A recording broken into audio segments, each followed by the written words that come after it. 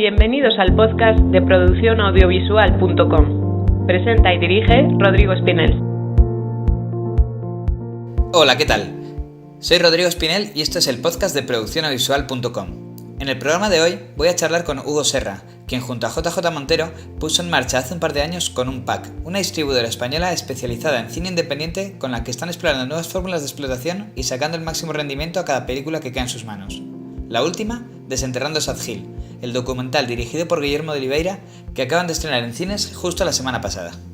Hola Hugo, ¿qué tal? Muchas gracias por aceptar mi llamada para ser el segundo entrevistado de este podcast que, como sabes, acaba de nacer. Hola, ¿qué tal? ¿Cómo estás, Rodrigo? Muchas gracias por la oportunidad. Te llamo porque, como imagino casi todo el mundo sabe, porque Madrid está empapelado en todos los kioscos, acabé de estrenar Desenterrando Sad Hill, el último documental dirigido por Guillermo de Oliveira, y me gustaría en primer lugar, antes de entrar en materia, que me dijeras de qué va. Pues Desenterrando Sad Hill es un documental interesantísimo porque cuenta el proceso que ha habido de reconstrucción del cementerio de la película El bueno, el feo y el malo, que esto se rodó en la provincia de Burgos.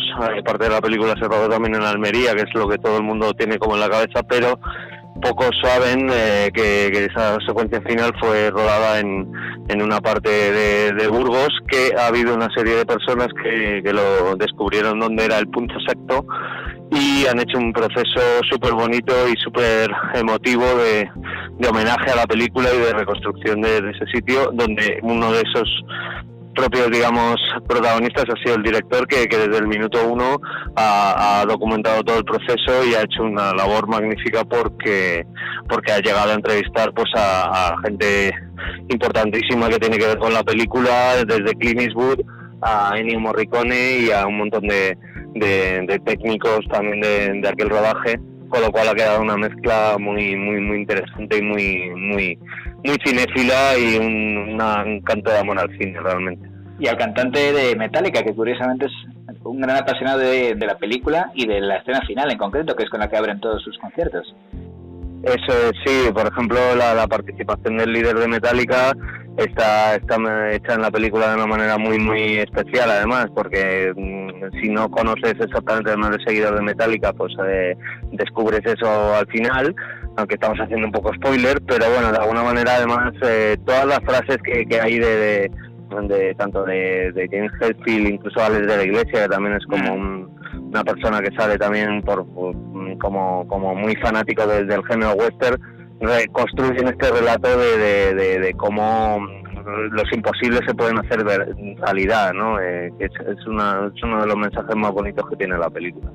Sí, estoy totalmente de acuerdo contigo. Yo la verdad es que el otro día en el preestreno disfruté como un enano. He de reconocer que iba con bastante intriga porque justo hace como un mes que conocí justo el cementerio de Sad Hill en una visita a Burgos y la verdad es que superó bastante mis expectativas. ¿Cómo ha ido este primer fin de semana en cartelera? Pues mira, ha sido unos resultados muy buenos, sinceramente, porque ha sido muy complicado conseguir las salas de estreno, porque el fin de semana estaba muy saturado y lo suelen estar casi todos, aunque habíamos fijado esta fecha de estreno con mucha antelación. Y entonces los resultados en Madrid y en Barcelona han sido muy buenos, también en Palma de Mallorca y en Valencia. Entonces ahora lo que queremos es justo ampliar, si se puede, a más ciudades y realmente hacer esta estrategia de distribución casi región a región. Por ejemplo, el viernes que viene la película entra en Vigo y en Santiago, luego seguramente se estrene en Sevilla y en Málaga. Estamos intentando también agrupar la fecha.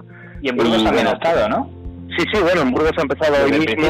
hoy lunes 22, y acabo de recibir un pantallazo que estaba lleno hasta la bandera, o sea, porque efectivamente se ha cumplido que allí había una expectativa altísima. La prensa de Burgos y regional e incluso nacional ya han hablado de este caso, de la asociación del propio cementerio y de la asistencia del documental durante muchas semanas y qué mejor homenaje que la gente vaya a verlo. Entonces hemos conseguido que nos abrieran la puerta, en este caso entre semana, pero mira, es un tipo de película que yo creo que la gente realmente se mueve lo que haga falta para poder verla, y eso es magnífico, ¿no? Tiene ese sello, ese llamamiento cinéfilo y de acontecimiento que es nuestro, digamos que es una situación única, ¿no? Que Exacto. se muy pocas veces.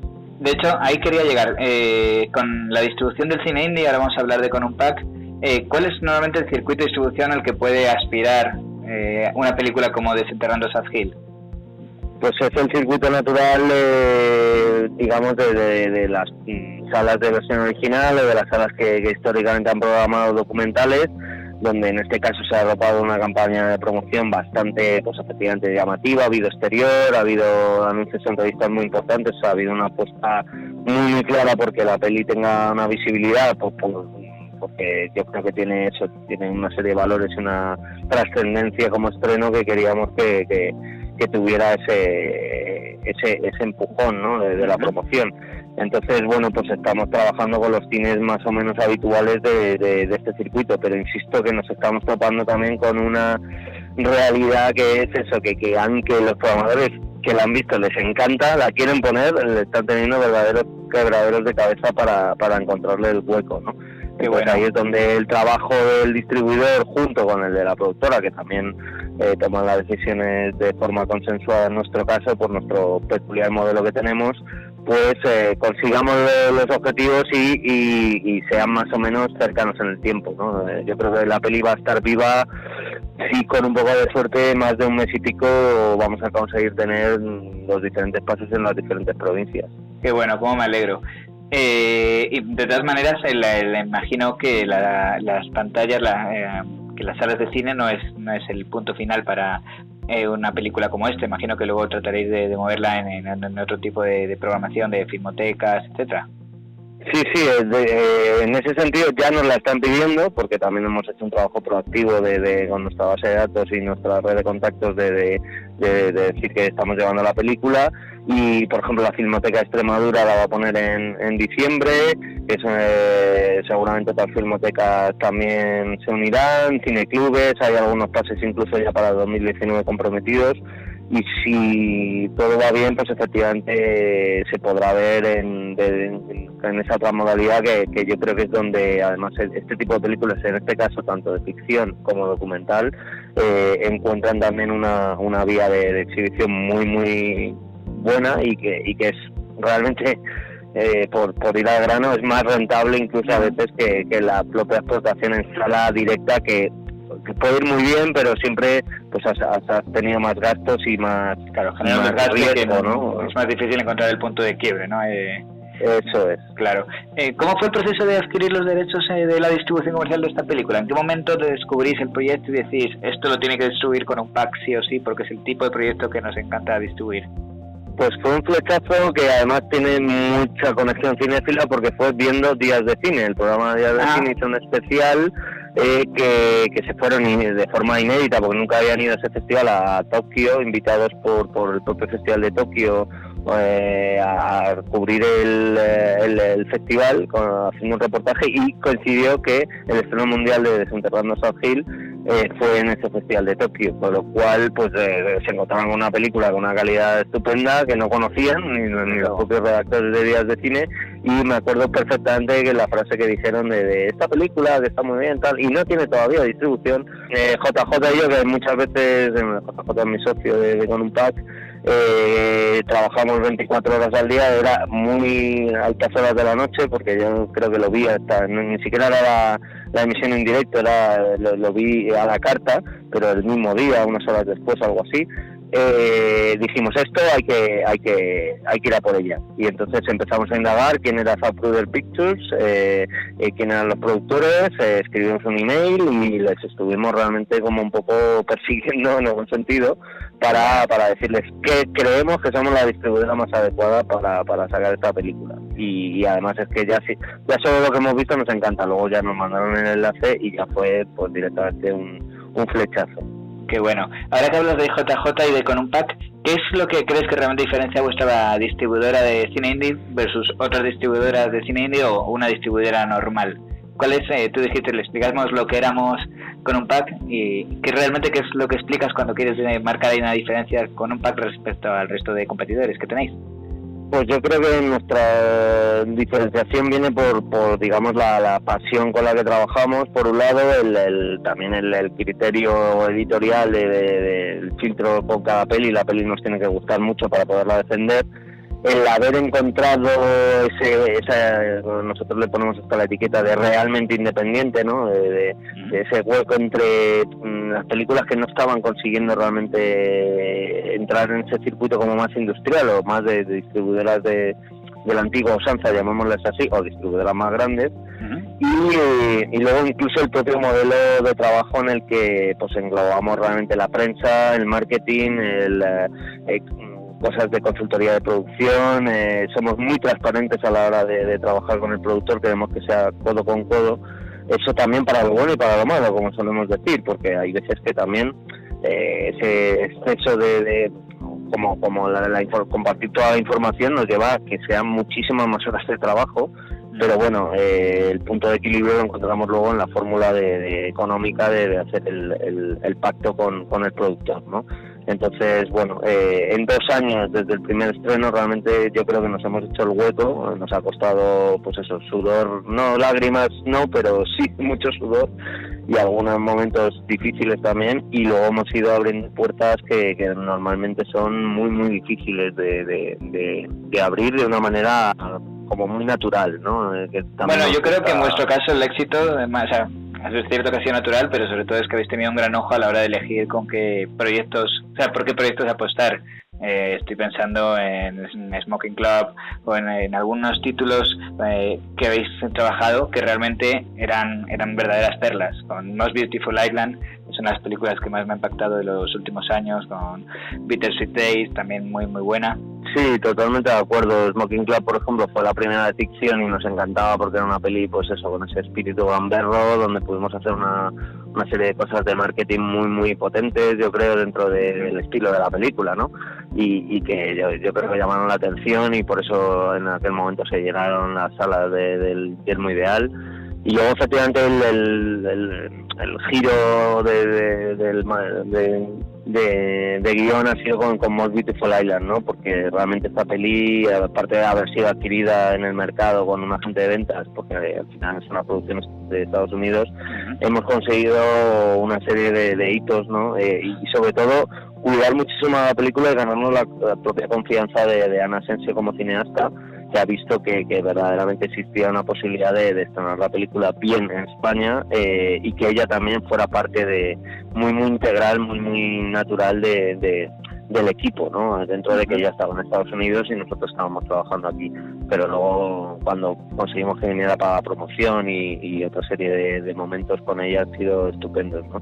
Y ahora efectivamente tenemos buenas películas que se defienden muy bien, pero porque digamos que han estado bien elegidas, y estamos subiendo nuestro propio listón, ¿no? Es importante, aunque también vamos a seguir llevando determinado tipo de películas que quizá no, a lo mejor optan a otro tipo de festivales o de circuitos, pero que también merecen la pena que tengan esa oportunidad. O sea, el espíritu ese con un pack de la peli muy muy muy pequeñita, como el caso de Los Amores Cobardes, hacerla brillar, hacerla que encaje incluso casi industrialmente, también nos sigue pareciendo un reto y lo vamos a seguir haciendo. Que bueno, en el fondo es un poco el germen de vuestro proyecto, ¿no? Y que es un tema que a ti siempre te ha traído mucho. Me acuerdo que hace unos años tú hiciste el documental Baratometraje 2.0, donde analizabas un poco las películas de bajo presupuesto que se hacían en España, y es un sector de la industria que siempre te ha interesado mucho. Así, para terminar, a mí me gustaría hacerte una pregunta que creo que es obligada. ¿El futuro del cine hoy en día es low cost o no necesariamente? Y ya de tacón, ¿cómo crees que el cine indie se va a integrar o qué papel crees que puede jugar con las plataformas VOD como Netflix y HBO, o si están condenadas a plataformas como Filmin o a otros procesos de distribución alternativos? Pues a la primera pregunta, el futuro no tiene por qué ser low cost. Es verdad que se están produciendo cosas de maneras alternativas, pero yo creo se resume, por ejemplo, en una especie de frase por ejemplo, ahora ya no puedo ni hablar del presupuesto de la película, mejor casi no decirlo, sea cual haya sido, incluso si es alto o medio. Yo creo que las pelis hay que defenderlas por su calidad, por su potencial, por sus valores, por por cómo llegan al espectador, y en ese sentido pueden ser producciones más grandes o más pequeñas. Yo creo que hemos pasado de página en ese sentido, ¿no? De low cost ya no vende, o quizá nunca vendió como etiqueta, o sea que aunque efectivamente ya haya sido un supuesto experto porque me he visto todo lo que se ha hecho en estos últimos años no, pero precisamente por eso tienes autoridad para hablar del tema.